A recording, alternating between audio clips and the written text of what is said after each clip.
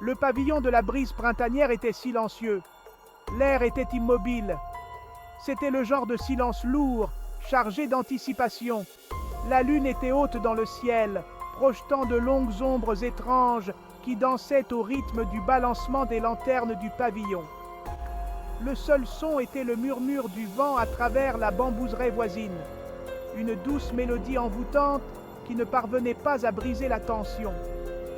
C'était un silence qui en disait long, un silence qui criait le danger.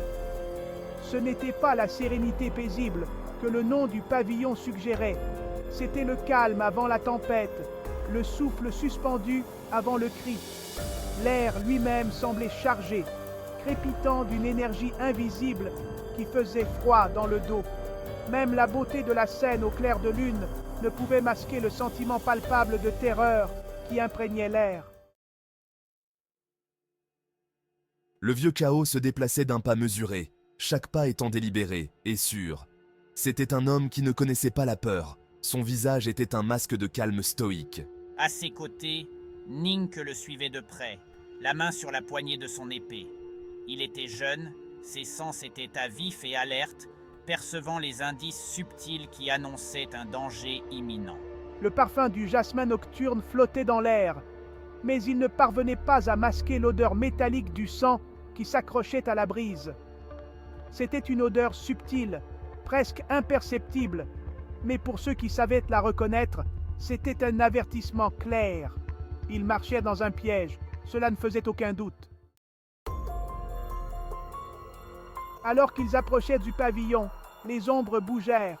Les ténèbres semblèrent à se séparer, révélant des silhouettes cachées parmi les bambous. Leurs yeux brillaient d'une lumière malveillante, froide et calculatrice. C'étaient des prédateurs, à l'affût, leurs regards fixés sur le vieux Chaos et Ninke, leur proie. Chacun d'eux était un tueur chevronné, leur corps tendu et prêt pour le combat à venir. Le clair de lune faisait scintiller le tranchant des armes dissimulées, promesse silencieuse de violence. Ils attendaient ce moment, leur anticipation aussi épaisse que le silence qui s'était abattu sur le bosquet. Le vieux Chaos s'arrêta juste devant l'entrée du pavillon. Il se tourna vers Ninke, son visage éclairé par la pâle lumière de la lune. « Tu les vois, jeune homme ?» Ninke hocha la tête, ses yeux scrutant les ombres, gravant chaque visage dans sa mémoire. « Laisse-moi te les présenter. Celui qui porte le tatouage de serpent, c'est Vipère, connu pour ses lames empoisonnées. Le grand avec la cicatrice, c'est Pierre, une brute à la force de 10 hommes. » Il continua, désignant chaque assassin, détaillant leurs compétences et leur réputation, comme s'il s'agissait d'un marchand présentant sa marchandise. Une silhouette émergea du pavillon, s'avançant dans la lumière de la lune. C'était le seigneur Meng, son visage déformé par un rictus narquois. « Vieux Chao, je vois que tu as amené ton petit chien-chien. » Le vieux Chao laissa échapper un petit rire, un son grave et sourd qui ne parvint pas à masquer l'acier dans ses yeux. « Il apprend vite. » répondit-il, son regard ne quittant jamais celui de Meng. « Apprendre à mourir, peut-être? Tu aurais dû rester à la retraite, vieil homme. Ce n'est pas un endroit pour les sentiments. » L'air crépita de tension tandis que les deux hommes se fixaient du regard, leurs mots comme des lames qui s'entrechoquaient au clair de lune. La main du vieux Chao bougea, un éclair de mouvement alors qu'il dégainait son épée. Le son de l'acier s'échappant de son fourreau déchira le silence comme un cri. L'air, chargé d'anticipation quelques instants auparavant, vibrait maintenant d'une énergie différente.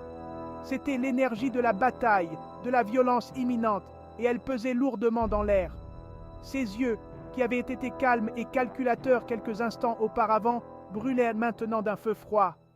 Il se déplaçait avec une grâce qui cachait son âge. Son corps était une arme aiguisée par des années d'expérience.